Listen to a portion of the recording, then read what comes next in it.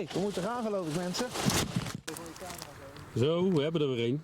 Een Girandola, dit keer met gele rook. We hebben hem hier op de lanceerbasis staan. We gaan hem even de lucht in schieten.